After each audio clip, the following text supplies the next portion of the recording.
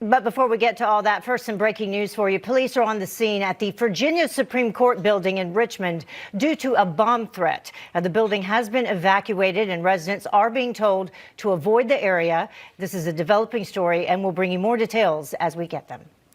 All right, as the hours tick by till the end of the Trump presidency, there is a report that he and Melania will be winging their way to Mar-a-Lago on the morning of the inauguration, the last time they fly Air Force One.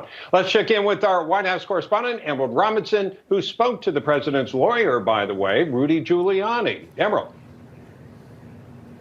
Hi, so the President Melania is set to leave out on Wednesday morning. There's a question about how big this might be, a bigger, more ceremonial departure at JBA than we're used to seeing, but the White House isn't confirming that as of yet. But clearly, also as the president leaves Washington, D.C., he leaves in the shadow of another impeachment trial. Nancy Pelosi saying today that her impeachment managers are working on the trial and preparing for it, even though she's not quite sure as of yet on the timing of sending the article over to the Senate. The question is, who will represent the president this time? There's a couple names floating out there, including Rudy Giuliani, who, as you said, I spoke with about this impeachment recently. Take a listen.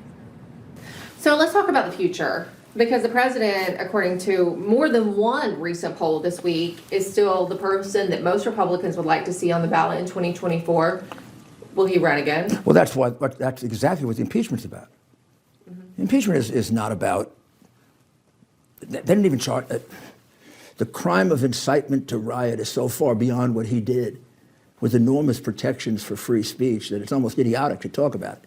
I mean, every law professor that's in the middle of the road will tell you it was a perfectly legal speech, as were all the rest. Incitement to riot virtually means, taking him into the riot, come with me, not language, not even angry language. So this was a setup. Well, McConnell says he doesn't know how he's going to vote, which means McConnell might be leaning towards actually convicting the president. Does he want to do that? Does McConnell want to end a possibility of the president running again in 2024? I can't speak for Senator McConnell. I'm very disappointed in him. Very disappointed in the things that he did, the things that he said. He knows better. He's a smart enough man, to know that I can't say for sure. 4 years is a long time, but well, they sure as heck think he wants to run. That's why they're doing this to him, and it's maybe the only way they can beat him, because next time he'll be forewarned and forearmed about just exactly what they're trying to get away with. And I predict over the next year, a lot more information will come out about this. And Bob and Heather, if we know anything, it might just be 2021, but if the last 4 years are any indication, 2024 will come quickly. Bob, Heather? Yeah, by the way, Emerald, there are reports out there that the president isn't going to pay Rudy Giuliani, and I know that's kind of inside baseball stuff, but any indications on the dynamic or the relationship between the two gentlemen? Yeah, that's a really good question, Bob, and I actually asked the mayor about that. I asked about requesting $20,000 a day from the president. He said that he has not. He did not ask him for that, so he's denying those claims and saying that he has worked pro bono because he wanted to do this for the country, and he contends that the relationship between him and President Trump are still really strong. As I said, some people have mentioned that Giuliani could even represent the president in this possible impeachment trial. I asked him if he would do that if he was asked, and he said, of course, if asked, he would do that. But there's also other names floating around as well.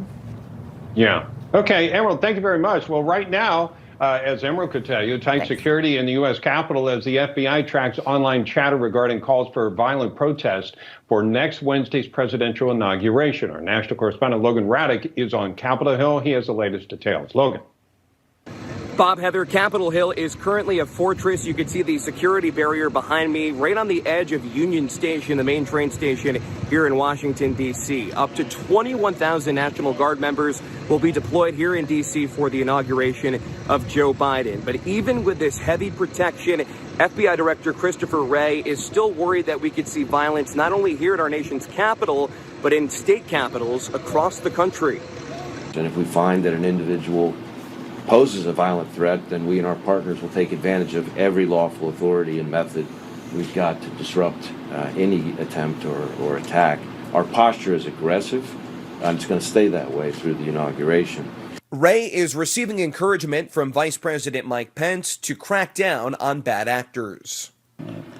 The American people deserve a safe inauguration on January 20th. And I encourage you to convey to all of the members of your teams to continue to lean forward to ensure that we achieve. And this morning, the National Park Service closed the National Mall to the public.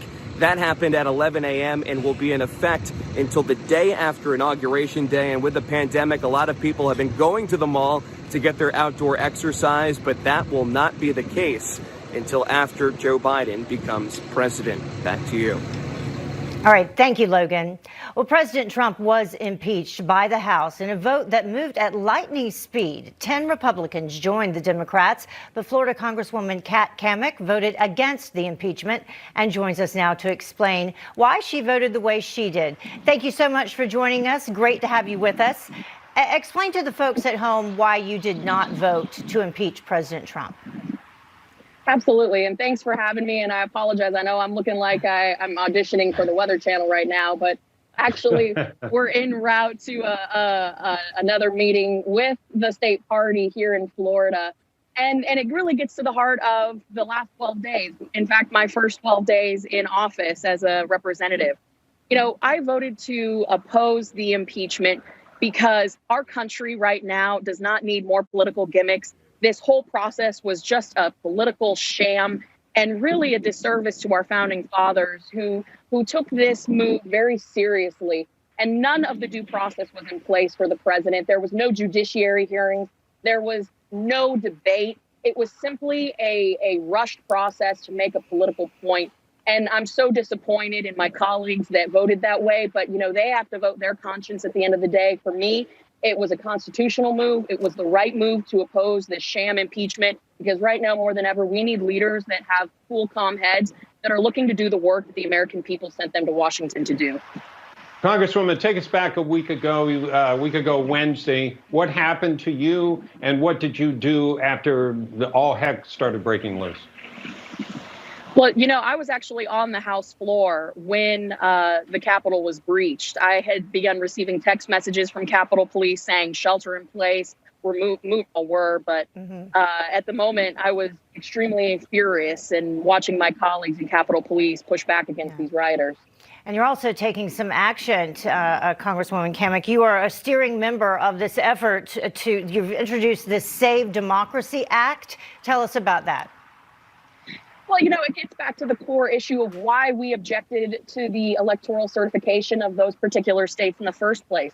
So many people have accused us of making this about overturning the election or being a political ploy. Absolutely not.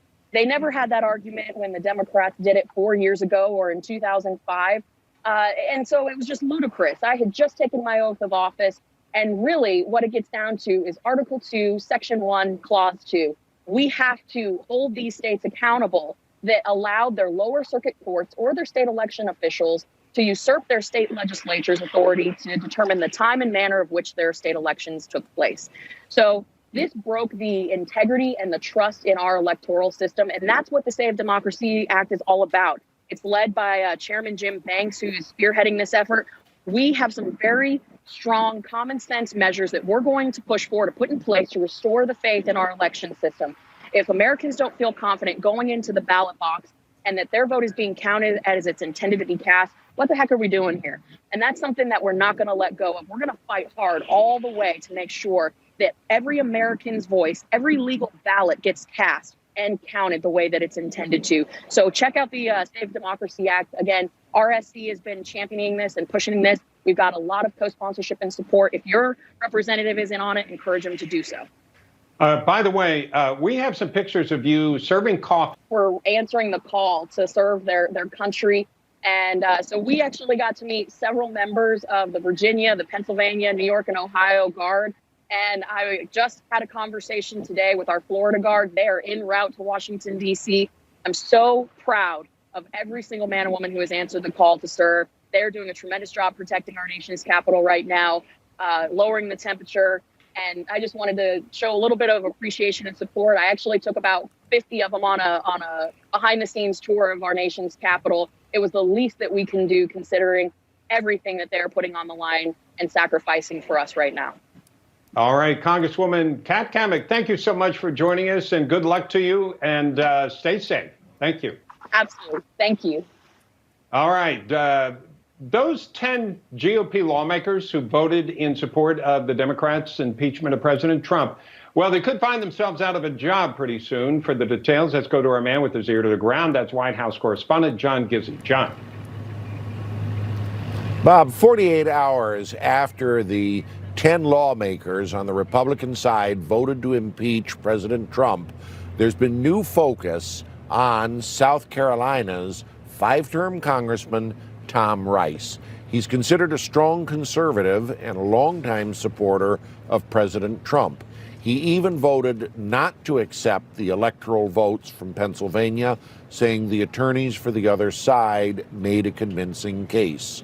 But he also is one of what's being called the Gang of 10 voting for President Trump's impeachment. Newsmax spoke last night to Drew McKissick, Republican state chairman of South Carolina, who said flatly that Congressman Rice's position puts him in a very awkward spot in, and I quote, the most Trumpian district in the state. This is a district that went 59% for President Trump, as the rest of the Palmetto State was going 55% for the president. In addition, Chairman McKissick said that one judges the strength of the party individually by how its straight ticket voting goes. 2016, Republicans won the straight party ticket vote by 2.6% of the vote. 2 years later, it was up to 8% of the vote, and in 2020, it was a whopping 17% of the vote for a straight ticket. All of this in Congressman Rice's 7th district. Chairman McKissick said without hesitation he expects a strong challenge, possibly from former Lieutenant Governor Andre Bauer. But in any event, it's 2 years to go almost before the next election, and Tom Rice is under fire in South Carolina. Bob?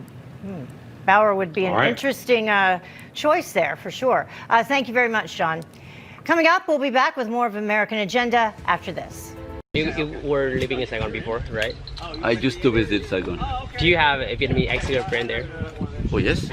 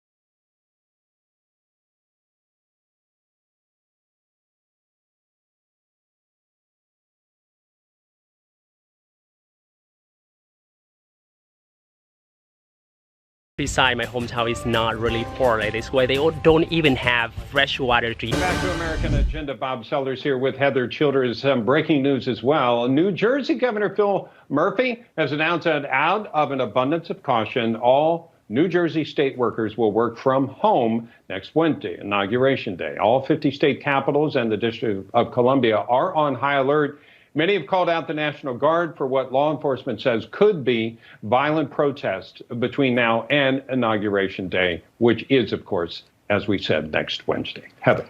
Well, Democrats wasted no time impeaching the president, saying that his words incited the Capitol riot. The president is only days away from leaving office. So how will this play out? Joining us now to put it into perspective for us is our very own Tom Basili, host of America Right Now. Nice to see you, Tom. Good to see you, Heather. What do you think about some of the information that is now beginning to come out? Because this really was a rushed impeachment, 5 days? And now we know that a lot of folks and a lot of the information that's coming in backs up the idea that this was pre-planned prior to the rally that day. Yeah, look, and it also has been suggested that Nancy Pelosi may have even gotten a security and intelligence briefing that there could have been trouble that day. But it's very, very clear that Democrats blame this entirely on Donald Trump and on the president's speech that day. So I think that may be one of the reasons why they caucused and they decided that they were going to move as fast as they did with this. I call it a drive-by impeachment. And again, this is exactly what the founders warned us not to do, using our institutions as a political weapon. And now they have this. They have these impeachment articles that they have not sent to the Senate, and it sets up an unprecedented potential trial or even constitutional crisis to some degree in the upper chamber post-Inauguration Day. You've held office. You've also been a lawyer, a puppet, a poet, a pawn, and a king. You've done a lot. So I wanted to ask you about the process where you have the information that may be added later. Assuming, and I'll get your opinion on this, can they even try this case when he's not in office? And if so, how can they change it? Because it's like when you charge somebody with something, that's what leads to either conviction or exoneration. And it seems here where they're going to add more information after they've already impeached him. It seems like it's a backward process. Well, it's a totally backward process, and that's because it was entirely political. It wasn't about public safety. It wasn't about Donald Trump being a threat to the nation or anything like that. This is a political move. To your question, Bob, it's a very good question. And look, we're in uncharted territory. But I've talked to a number of constitutional scholars, certainly our own Alan Dershowitz, Senator Tom Cotton also has said this is not going to be constitutional if they try to proceed with a trial.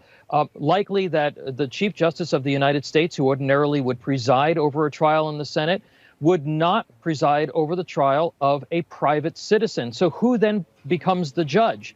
The president of the Senate, the newly sworn in Vice President of the United States, Kamala Harris. And what the Trump folks, his lawyers, his legal team should do is submit a motion to dismiss this. And then likely the Supreme Court of the United States would then have to rule on any appeal, because the Democrats would rule against the Trump lawyers to dismiss this for lack of jurisdiction. The Senate cannot convict and remove somebody who's already out of office. And so I think that there's a legal case that this would be an unconstitutional measure for the Senate to take up. What if President Trump and his attorneys decided they didn't want to file a motion to dismiss? What if President Trump, at this point, seeing all of this additional information that is coming out that, in essence, exonerates him, if they try to stick with the plan that his rally and the words that he spoke at the rally specifically sparked all of this? What if he wants to come out and clear his name? Well, remember, this isn't a criminal trial. It is a trial that would have a very specific purpose, and that is to remove somebody from public office. And there's also going to be an open question as to whether or not the 14th Amendment issue of somebody, of whether or not they can prevent him from running for office if through a conviction in the Senate, whether or not that is even constitutional. But I think that it's important for the Trump people and the Republicans to also consider that this is the perfect smokescreen for the Democrats to continue to advance a radical agenda. If you want to keep your boogeyman out there in the press and you want to try and deflect attention from a massive spending bill, for instance, what better than the trial of the century, with featuring Donald Trump in the United States Senate. So Republicans, Democrats have decided they're going to go down this road. Republicans have to be very careful as to whether or not they want to pay any mind to what is likely an unconstitutional move. Okay, we saw how you slipped in that massive spending bill comment there, and we'll be talking more about that, of course. Tom Basile, thank you very much. And folks, remember, you can catch Tom every week right here on Newsmax. America Right Now airs. And welcome back to American Agenda. I'm Heather Childers. I'm Bob Sellers. Some breaking news now. The Michigan State Legislature has announced that it will not hold any sessions between the 19th and the 21st due to what they're calling credible threats. Now, obviously, Michigan has been a hotbed of controversy over the last 6 months or so. And the 19th to the 21st, of course, is next Tuesday through Thursday. And as, of course, January 20th, Wednesday, is when the inauguration takes place. But this is applying to the Michigan State Legislature. Again, no sessions between Tuesday and Thursday of next week. Just wanted to let you know that was going on. Also coming up on today's show, we've got a lot more. But first, let's check in with Amanda Brilhanti for. All right, Amanda, thank you. Many are wondering how our economy is going to fare under a new Biden administration. We'll take a look at what President-elect Joe Biden had to say about prioritizing small businesses in low-income areas. Our priority will be Black, Latino, Asian, and Native American-owned small businesses, women-owned businesses, and finally, having equal access to resources needed to reopen and rebuild. But we're going to make a concerted effort to help small businesses in low-income communities, in big cities, small towns, rural communities that have faced systemic barriers to relief. All right, to discuss, former Trump administration economic advisor Stephen Moore. Stephen, is this the time to do politics like that? Well, you know, the real irony of this is that these Democrats keep talking about how they want to help minority businesses. And look, everybody's for that. But what they're not saying is that the businesses that got crushed, just flattened by the Democratic lockdowns all over the country in states like Michigan and Illinois and California and New Jersey and New York with Democratic governors, those were the minority businesses and the minority workers. I mean, everybody gains when everybody has success. But right now, what do you think the focus should be? They brought out the so-called rescue plan. I wanted to get your assessment of that and whether it's a good thing or whether it's going to stay the way it is or needs to change before it passes the House and then the Senate. Well, this is a fiscal atrocity, this bill that Joe Biden talked about last night. Another $1.9 trillion of debt on top of the, look, we just passed $1 trillion stimulus bill 2 or 3 weeks ago. Joe Biden said he was going to be he said he's going to be a moderate Democrat. He'll be a centrist. He's not going to be in the Bernie Sanders. He should want to get that injection into the economy as quickly as possible without playing politics. Tell me the effect raising the minimum wage would have. Now, any state can raise minimum wage right now. But there's a big difference between if you have a business in Alabama or Mississippi and one in Seattle. So to make this a national thing, is this the right time to focus on that?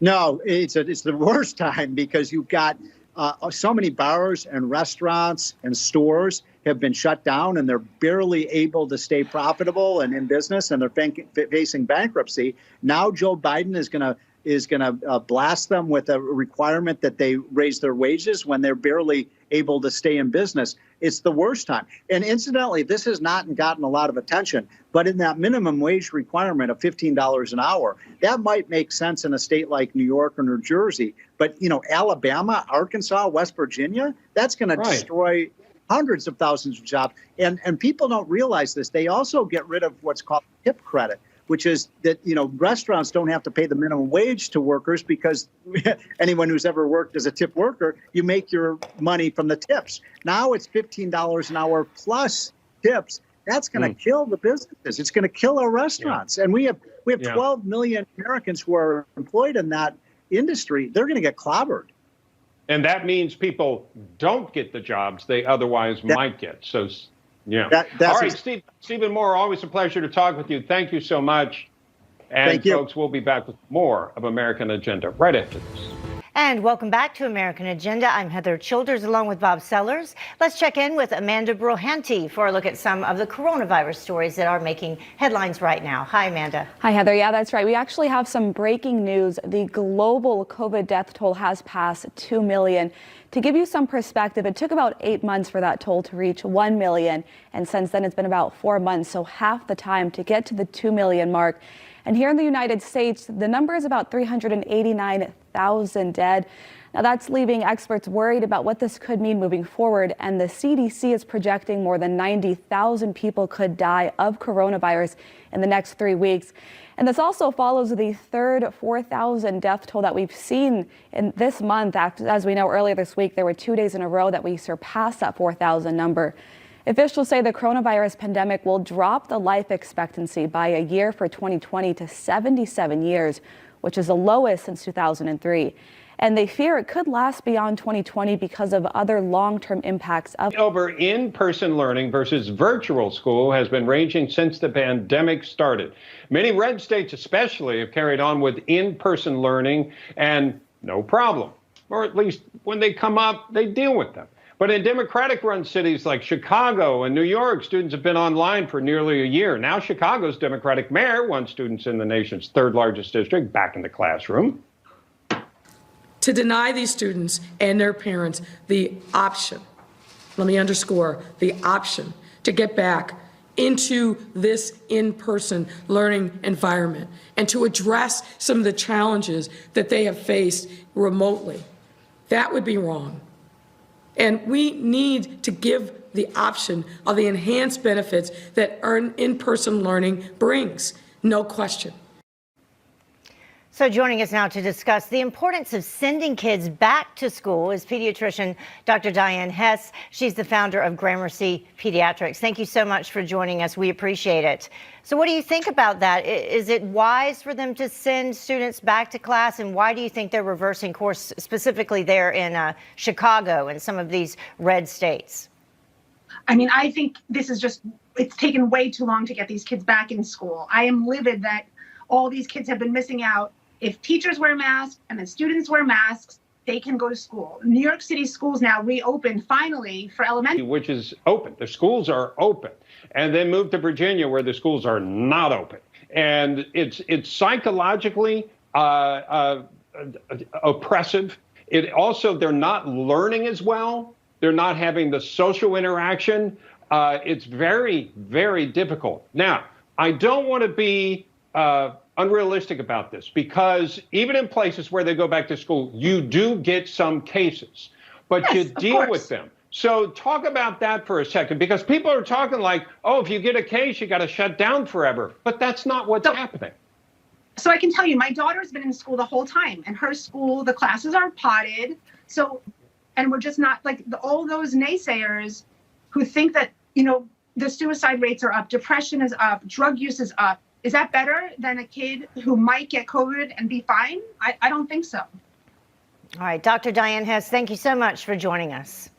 Thank you. And head on over to newsmax.com for the latest news and insight as the Democrats try to undo the president's legacy. You don't want to miss the latest on what President Trump's policies, Democrats are helpless to reverse. That's only on newsmax.com. Check it out. Coming up, more.